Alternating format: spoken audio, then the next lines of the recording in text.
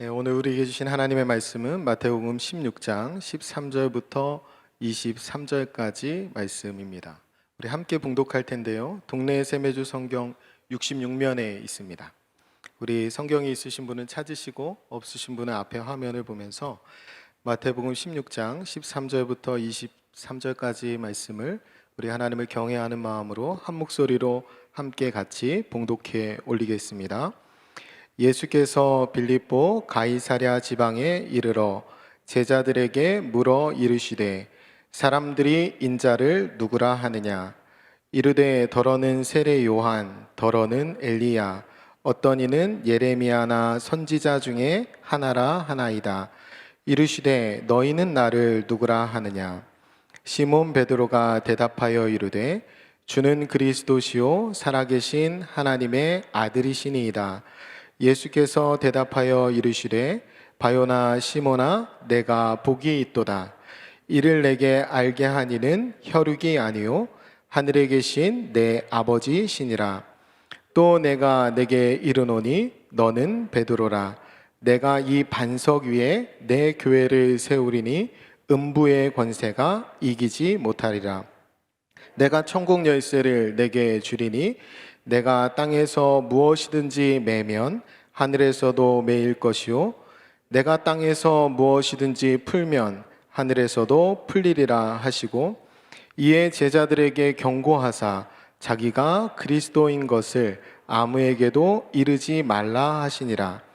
그때로부터 예수 그리스도께서 자기가 예루살렘에 올라가 장로들과 대제사장들과 서기관들에게 많은 고난을 받고 죽임을 당하고 제3일에 살아나야 할 것을 제자들에게 비로소 나타내시니 베드로가 예수를 붙들고 항변하여 이르되 주여 그리 마옵소서 이 일이 결코 주께 미치지 아니하리이다. 예수께서 돌이키시며 베드로에게 이르시되 사탄아 내 뒤로 물러가라. 너는 나를 넘어지게 하는 자로다. 내가 하나님의 일을 생각하지 아니하고 도리어 사람의 일을 생각하는도다 하시고 아멘. 한 주 동안 건강하셨나요? 한 주 동안 굉장히 무덥고 또 습하고 했는데 여러분 어떻게 지내셨는지 궁금합니다. 예배당은 시원하죠? 네, 가정에서 예배 드리시는 분들 예배당이 굉장히 시원합니다. 여기 오셔서 같이 예배했으면 좋겠고요. 제가 느끼기에는 예배당이 요 박스 안에만 더운 것 같아요.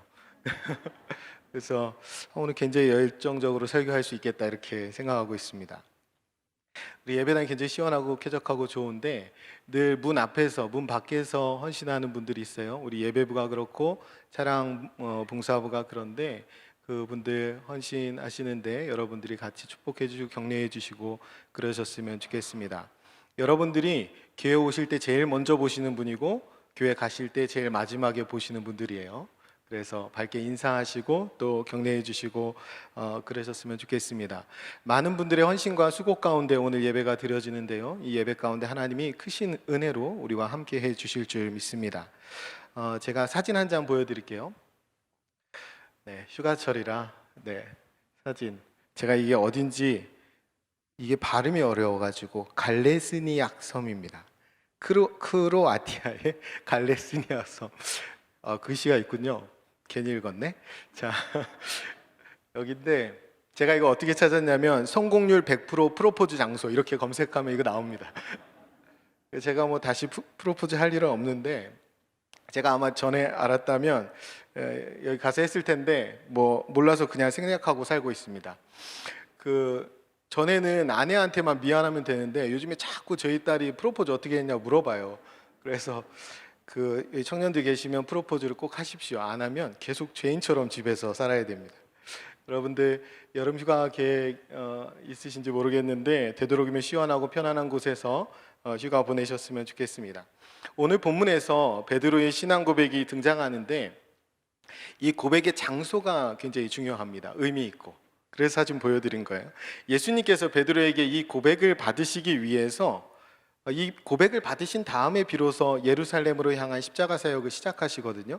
근데 이 고백을 받기 위해서 예수님께서 빌립보 가이사랴까지 굳이 가셔요. 그래서 이 장소가 의미 있고 중요하다라는 겁니다. 오늘 본문 말씀의 제일 첫 절에 보면 이렇게 시작해요. 예수께서 빌립보 가이사랴 지방에 이르러 제자들에게 물어 이르시되. 아멘. 예수님께서 데리고 가신 거죠. 빌립보 가이사랴 지방에. 빌립보 가이사랴는 이스라엘의 최북단에 위치해 있어요. 그러니까 예수님이 계시던 갈릴리 그 호숫가에서 위로 40km 정도 올라가면 그 헬몬산 근처에 이 빌립보 가이사랴가 있습니다. 거기서부터 다시 예루살렘으로 가시는 길은 200km 정도 내려와야 돼요. 오늘 성경에 보면 21절에 자기가 예루살렘에 올라가라고 표현되어 있는데 이건 성전이기 때문에 올라간다는 표현을 쓴 거지 실제 지도상에서는 내려가는 거예요. 여러분이 이해하기 쉽게 말씀드리면 여기가 만약에 갈릴리다, 우리 성수동이 갈릴리다 그러면 빌립보 가이사랴는 어느 정도 되냐면 파주 정도 됩니다. 올라갔다가. 그럼 파주에서 예루살렘은 어디까지냐? 파주에서부터 대전까지 내려가면 예루살렘이에요. 여러분 여기서 대전 가는데 파주 찍고 거꾸로 가는 사람 별로 없잖아요. 그렇죠? 예수님이 굳이 여기까지 데리고 가셔서 여기서 고백을 받으시고 그 다음에 예루살렘을 향한 여정을 시작하시기 때문에 이 장소가 특별하고 의미 있다라는 겁니다. 여러분 빌립보 가이사랴 역사를 간단하게 살펴보면 구약 시대에는 이 곳에서 가나안 사람들이 풍요와 재물의 신이었던 바알 신을 섬겼어요. 그래서 바알 신전이 있던 곳입니다. 이곳이 후에는 그리스인들이 다스리고 통치하게 되는데 그때는 목동의 신인 판을 숭배했어요. 이 신이 어떤 신이었냐면 당시에 쾌락과 공포의 신으로 모시고 있었는데 여러분 우리가 팬데믹을 겪었잖아요. 그 판데믹이라는 뜻인데 모든 데믹 사람, 모든 사람이 전염병 걸렸다는 뜻이에요. 그 판, 왜 모든이라는 단어를 이 신 이름에 쓰냐면 이 신이 위에는 사람이고 아래는 염소고 머리에는 염소 뿔이 있어요. 이상하게 생겼죠. 그런데 모든 걸 다 가지고 있다. 사람과 짐승의 모습을. 그래서 판이라고 하는데 우리가 공포를 뜻하는 패닉이란 말도 여기에서 나왔어요. 이렇게 흉측한 모습을 하고 있는데 여자만 보면 달려들었다고 해서 패닉이라는 말이 여기서 나왔고 그래서 쾌락의 신 혹은 공포의 신입니다. 이후에 그리스 다음에 로마가 이 지역을 다스리게 되는데 로마가 지배하면서는 이 지역이 황제를 숭배하는 도시가 됩니다. 황제를 추앙하는 도시. 그래서 빌립보 가이사랴는 이곳을 다스리고 있던 헤롯 빌립의 이름과 로마 황제 카이사르의 이름을 합친 거예요. 빌립보 가이사 이렇게 합친 겁니다. 그러니까 로마 황제가 황제로 신으로 추앙받고 있는 그 장소에서 굳이 거기까지 데리고 가셔서 예수님이 이 신앙 고백을 베드로부터 받으신 거예요. 그러니까 빌립보 가이사랴는 오랫동안 풍요와 재물의 신인 바알을 섬겼고 그리고 쾌락의 신인 판을 섬겼고 권력의 신인 로마 황제를 숭배했던 그런 장소입니다. 그 장소에 가서 우리 모든 사람이 풍요와 쾌락과 권력 앞에 무릎 꿇고 충성을 다짐하고 있을 그때에 그 장소에 가셔서 베드로부터 이 신앙 고백을 들으시는 거예요. 그날 거기서 베드로가 이렇게 고백하죠. 주는 그리스도시요 살아계신 하나님의 아들이니이다. 이 고백은 어떤 고백이냐면 부와 재물과 쾌락과 세상 권력 앞에 나는 무릎 꿇지 않고 나의 주님 되시는 살아계신 하나님의 아들 그리스도 예수 앞에만 나는 무릎 꿇겠습니다. 나는 나의 주님이신 주님만 따르겠습니다 라는 고백이에요. 이 놀라운 고백 앞에 주님께서 이 고백 위에 내 교회를 세우겠다라고 말씀하십니다. 그리고 주님께서 세우신 이 교회가 음부의 권세가 이기지 못할 것이라고 또 선언하셔요. 우리가 이 말씀에서 오늘 말씀에서 음부의 권세가 이기지 못하는 교회, 음부의 권세가 흔들지 못하는 교회의 두 가지 특징을 깨달을 수 있습니다. 찾을 수 있어요. 첫 번째는 신앙 고백이 분명한 교회. 두 번째는 주님께서 이렇게 말씀하시죠. 내가 이 고백 위에, 이 반석 같은 신앙 고백 위에 내 교회를 세우겠다는 말씀하시거든요. 그러니까 우리가 모든 교회가 주님의 교회인데 하나님이 왕이 되시고 하나님이 주인 되시고 하나님이 통치하시는 그 교회가 음부의 권세가 흔들지 못하는 교회가 됩니다. 교회는 우리의 분명한 신앙 고백 위에 세워져요. 예수를 그리스도로 그리고 살아계신 하나님의 아들로 고백하는 우리의 반석 같은 신앙 고백 위에 우리의 교회가 세워지는 것입니다. 그리고 하나님만 주인 되실 때에 그 교회는 음부의 권세가 흔들지 못하는 거예요. 여러분, 세상 한복판에서 우리는 베드로와 같은 이 분명한 신앙 고백을 우리가 올려드리고 있습니까? 제가 한번 여쭤볼게요. 여러분이 생각하시는 예수님은 어떤 분이셔요? 여러분이 지금 고백하시는 예수님은 어떤 분이십니까? 성경에 있는 말씀을 외지 마시고 생각해 보세요. 내가 지금 고백하고 있는 예수는 누구인가? 진지하게 한번 생각할 필요가 있습니다.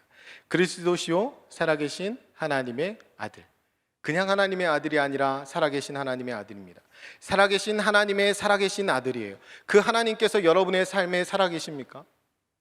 그 하나님께서 여러분의 삶의 현장에 살아 역사하시고 여러분의 믿음이 현실이 되어가고 있는지, 여러분의 말씀이 삶으로 이어지고 있는지 여러분이 돌아보시면 여러분의 신앙의 고백을 점검할 수 있습니다. 그리스도로 고백해요. 그리스도는 메시아란 뜻이에요. 메시아는 구약의 기름 부음을 받은 자. 구약에 기름 부어 세운 사람이 세 종류가 있는데, 첫 번째로 왕, 두 번째로 선지자, 세 번째로 제사장. 그러니까 이 고백을 한다는 것은, 예수가 그리스도라고 고백하는 것은 우리가 어떤 고백을 하는 거냐면, 주님은 나의 왕이십니다, 주님은 나의 선지자이십니다, 주님은 나의 제사장이십니다, 이 고백을 하는 거예요. 주님은 나를 통치하시는 왕이십니다. 주님은 나를 진리 가운데로 인도하시는 선지자이십니다.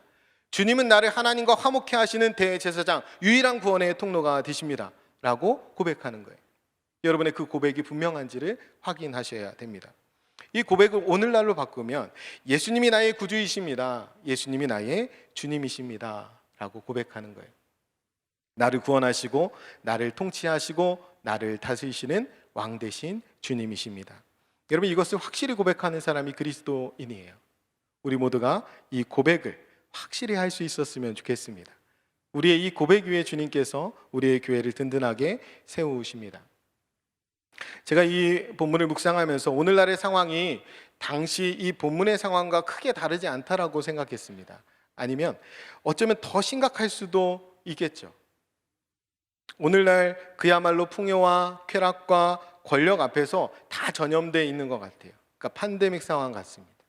우리가 코로나로 인해서 팬데믹 상황을 겪으면서 우리가 풍요와 쾌락 그리고 권력을 잃을까 봐 얼마나 신경을 썼는지 한번 돌아보세요. 우리가 그런 적이 없습니까? 우리가 돈 걱정, 놀 걱정, 권력 걱정, 직장 걱정, 이런 굉장히 많이 했습니다. 우리만 못 살게 될까 봐 걱정이고, 재난지원금 얼마에 일희일비하고, 그리고 영혼까지 끌어서 빚을 내서 투자를 하고, 숨어서 쾌락을 즐기고, 국가적 위기 속에서도 반으로 갈라져서 이 편 저 편을 들며 권력 앞에 우리가 편드는 일들을 했습니다. 오늘날 교회가 음부의 권세가 흔들리는 이유가 뭡니까? 여러분, 이게 코로나 때문이에요? 여러분, 동성애 때문입니까?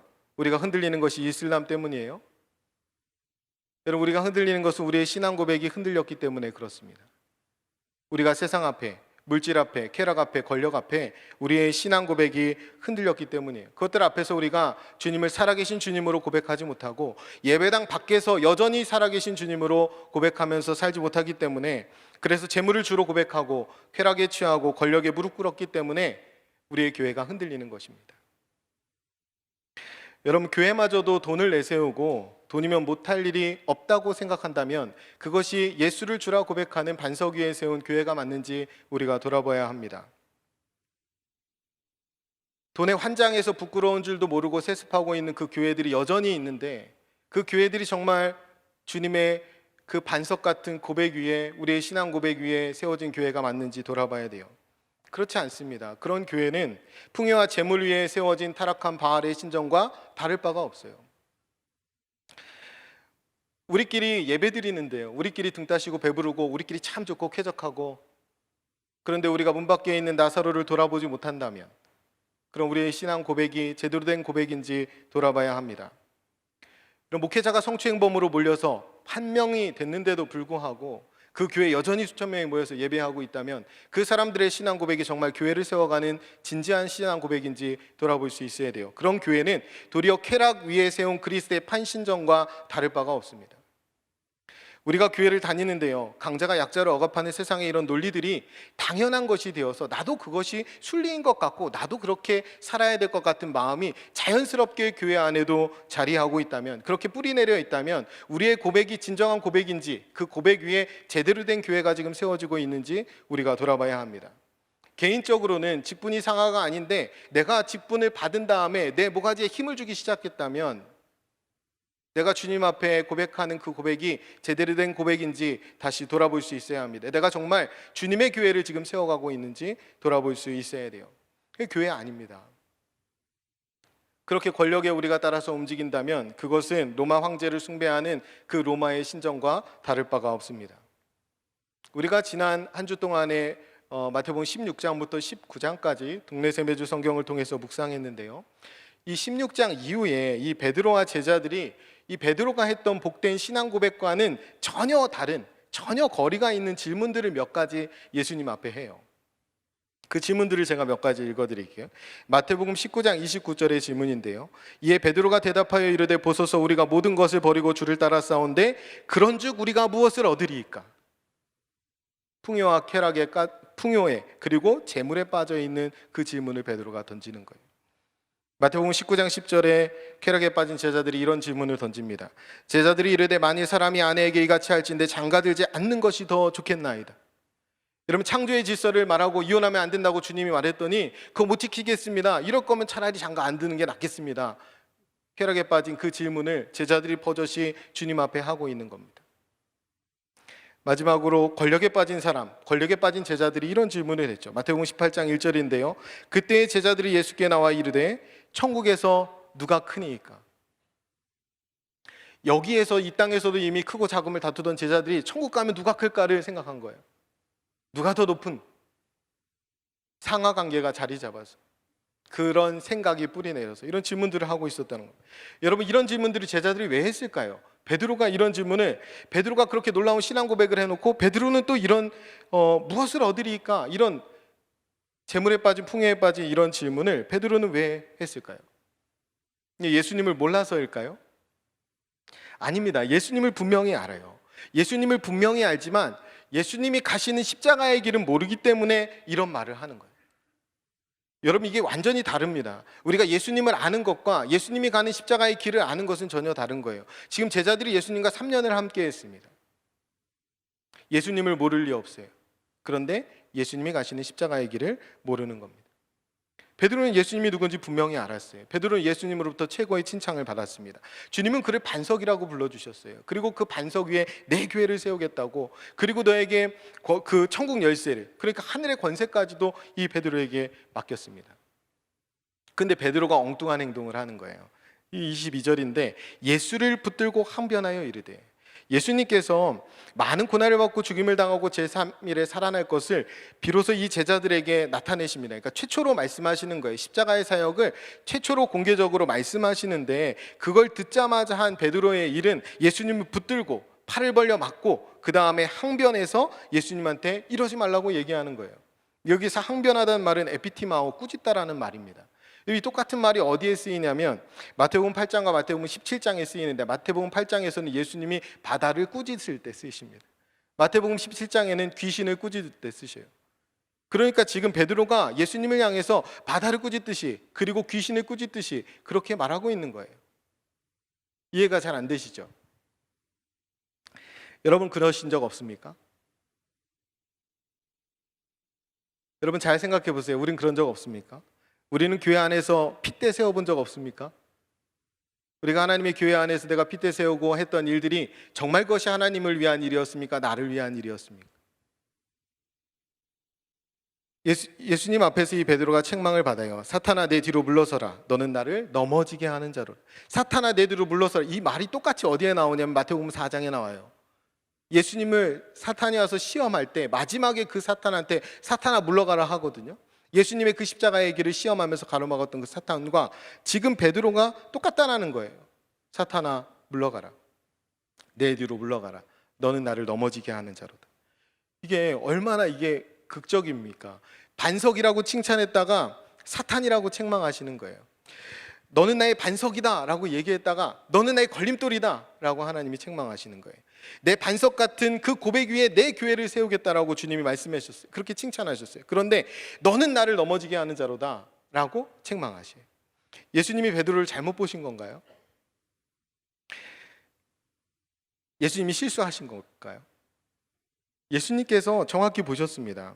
하늘에 계신 아버지로부터 온, 성령으로부터 온 이 베드로의 고백은 반석과 같은 것이었어요. 그는 예수님을 구원자 하나님의 아들로 정확히 알고 있었습니다. 그런데 문제는 예수님은 알았지만 예수님이 걸어가셔야 될 그 십자가의 길은 몰랐다라는 거예요. 제자들도 다 예수님을 알고 있었지만 예수님이 걸어가야 할 그분의 길을 몰랐다라는 겁니다.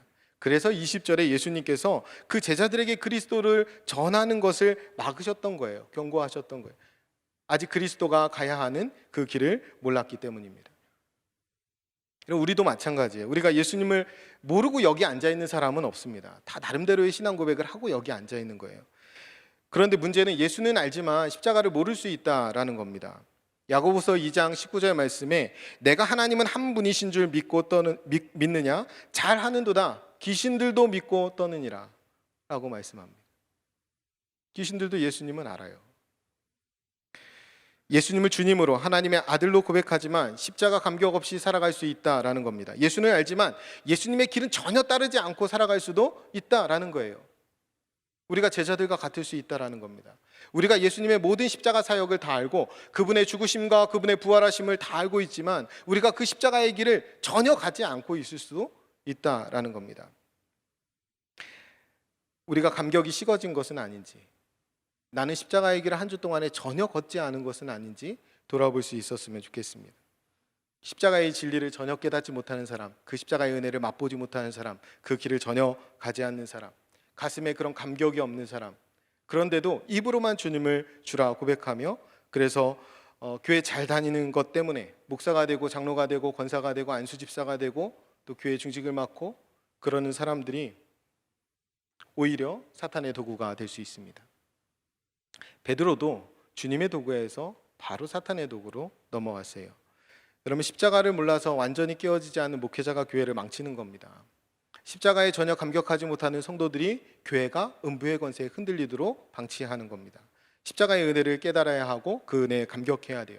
그리고 내가 그 십자가의 은혜 없이는 살 수 없음을 고백해야 합니다. 그리고 그 은혜에 반응하는 것이 신앙생활이에요. 내가 신앙생활을 했으니까 하나님 나에게 이걸 주세요. 내가 주를 따랐으니 나에게 무엇을 더 주시겠습니까? 그렇게 고백하는 것이 아니라 하나님이 나에게 십자가의 은혜를 주셨기 때문에 내가 그래서 모든 것을 다 버리고 주를 따랐기 때문에 내가 더 무엇을 주님께 구하겠습니까? 라고 말해야 정상인 거예요.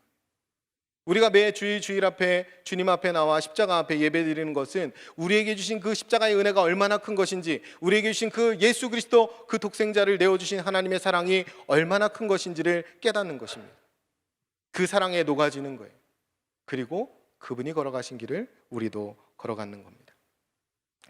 여러분, 성령에 감동된 사람도 한순간에 사탄의 도구로 전락할 수 있다는 것을 꼭 기억해야 합니다.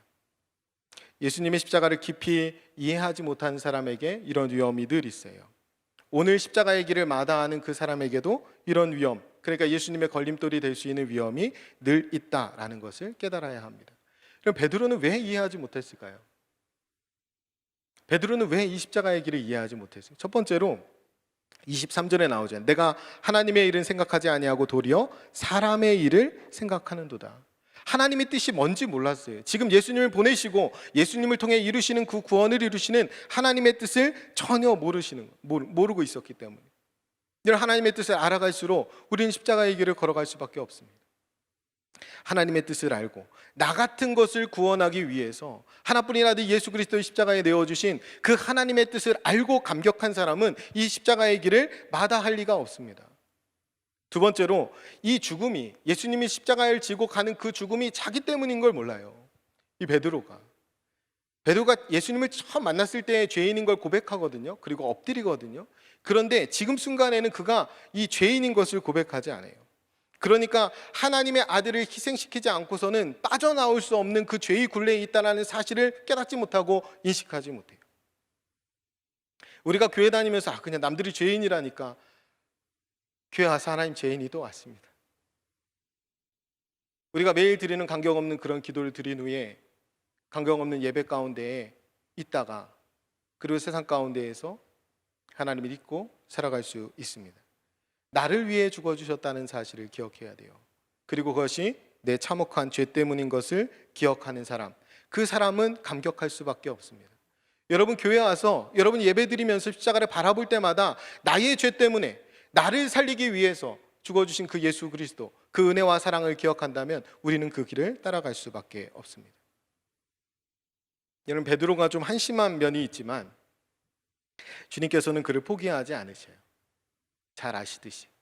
여러분 지금 깨닫지 못해도 성령 안에서 그는 점점 더 단단해질 겁니다. 그리고 성령 안에서 회복게 될 거예요. 십자가를 분명히 보게 될 것이고 베드로는 감격할 것입니다. 그리고 십자가에 녹아질 것이고 십자가만 자랑하고 전하는 아주 중요한 제자가 될 것입니다. 주님은 그것을 아셨기 때문에 베드로에게 말씀하시고 그의 질문에 답해 주시고 그를 이끌어 가시는 거예요. 마찬가지입니다. 주님께서는 우리를 포기하지 않으십니다. 여러분 가운데 아직 십자가의 은혜가 없다 하여도 성령 하나님께서 여러분의 마음을 녹여주시고 여러분 가운데 그 십자가의 은혜로 감격하도록 만들어 주실 것입니다. 우리 성령 하나님께서 우리의 눈을 열어주실 때 우리도 그 십자가를 보게 될 것이고 우리도 예수님을 아는 그 믿음의 고백으로 그 십자가의 길을 따라가게 될 것입니다. 그 자리가 예배의 자리입니다. 그 자리가 기도의 자리요, 그 자리가 찬송의 자리입니다. 여러분 훗날에 이 베드로는 또 다른 황제의 도시에서 예수님에 대해서 다시 고백을 해요. 그 고백이 어디냐면 디베랴 호숫가에서 합니다. 여러분 디베랴는 당시 티베리우스 황제의 이름을 따서 개칭한 거예요. 그러니까 원래 갈릴리 호수인데 디베랴 호수로 개칭한. 이게 요한복음 21장에 가면 베드로를 회복시키는 장면에서 이 공간에서 베드로의 고백을 예수님이 다시 받으셔요. 그러니까 우리가 처음부터 무슨 얘기일까 한번 생각해 보세요.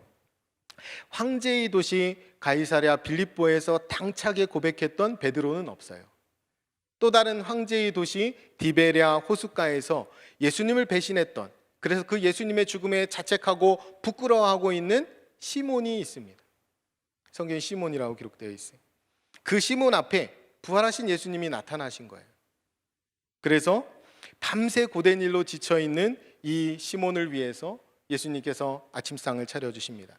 그리고 3번 물으시죠. 네가 나를 사랑하느냐? 베드로의 고백을 다시 요구하시는 겁니다. 그때 시몬이 어떻게 하는 줄 아세요? 3번째, 근심합니다. 그러니까 오늘 본문에서 하는 전혀 달라요. 근심하면서 이렇게 이야기해요. 근심했다는 것은 당차게 고백할 자신이 없었다라는 거예요. 그러면서 주님께 이렇게 고백합니다. 제가 주님을 사랑하는지 주님께서 아십니다. 이렇게 고백해요.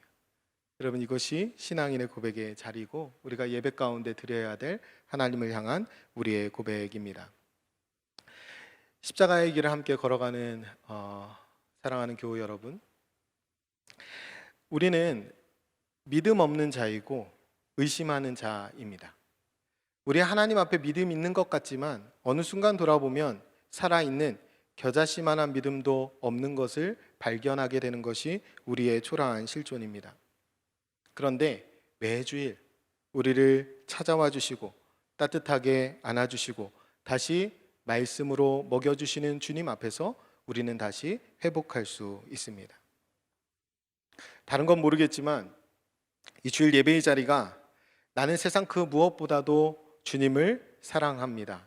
주님께서 그것을 아십니다. 라고 고백할 수 있는, 진짜 하나님을 향해서 프로포즈를 올려드릴 수 있는 그 좋은 장소, 좋은 시간이 주일 예배의 자리, 또 예배당이라고 생각합니다.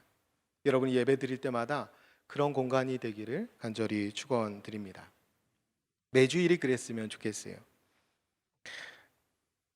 제가 마지막으로 한 가지만 권면드리면, 주님과 프로포즈 하기에 더할 나위 없이 좋은 장소는 아까 처음 보여드렸던 그런 곳이 아니라 예배당입니다. 다른 곳은 가는데 아직 예배당에 나와보지 못한, 예배 자리에 오지 못한 성도님들은 예배당에서 우리를 향해 고백하시는 하나님의 사랑을 함께 경험할 수 있었으면 좋겠습니다. 나를 향한 확신이 아니라 나를 향한 그 주님의 사랑을 확인하고 돌아가는 여러분의 한 주간의 삶 가운데 우리 주님께서 함께 동행하시며 영광을 받아 주실 줄 믿습니다. 그런 여러분을 통해서 우리 교회를 하나님이 든든한 반석 위에 세워 가실 것을 분명히 믿습니다.